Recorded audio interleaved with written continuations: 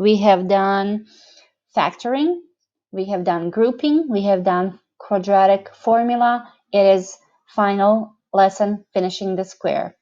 And so this is just another way to solve quadratic equation. And we're going to learn a couple things. They're going to help us. They will help us for sure. Okay.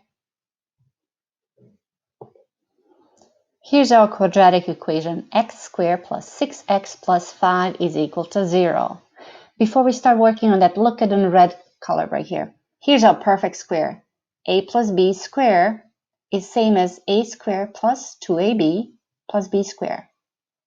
This kind of thing this information we will use to solve quadratic.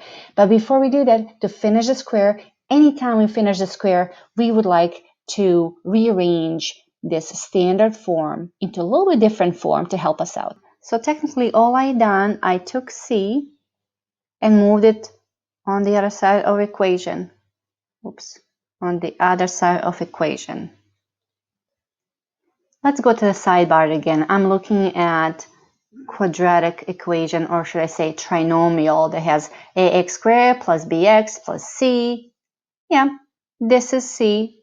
So first part of finishing the square is rewrite it. So we have c on the other side of the equal sign, and we do have that.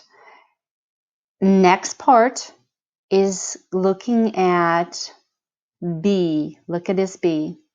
We take the b, it works. We take the b, cut it in half, and believe it or not, then we square it. And we're going to add that to the left side of it and to the right side. 6½ and square it. Now that I added b half on squared on both sides, my equation is still balanced out, but we are doing this so we can finish this square. We want to finish the square. We have a square here and we have a b square here. Look at it here.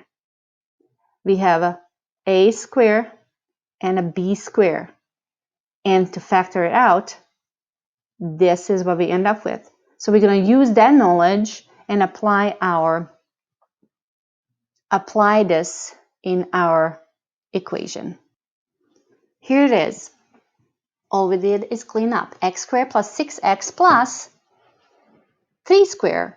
Where did we get 3 squared from? 6 divided by 2. On left side and the right side. This is our square, perfect square. We finished the square. We finished it. Now we can rewrite this as a x plus 3.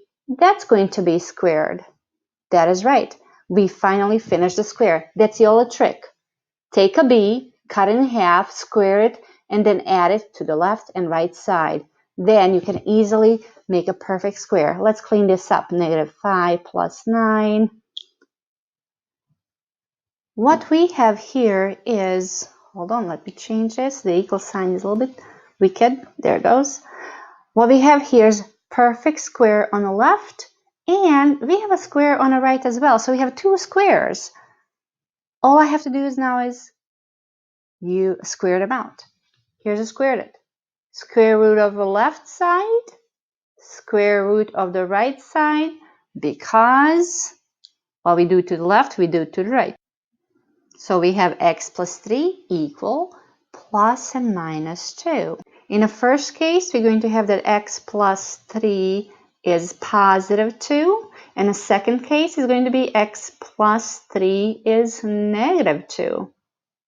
Okay, here's one, here's the other one. All we have to do is solve one-step equation. Here's the one. Here's the last one. Second one is x is -5. So we have 2 possible answers. X is -1 and x is -5.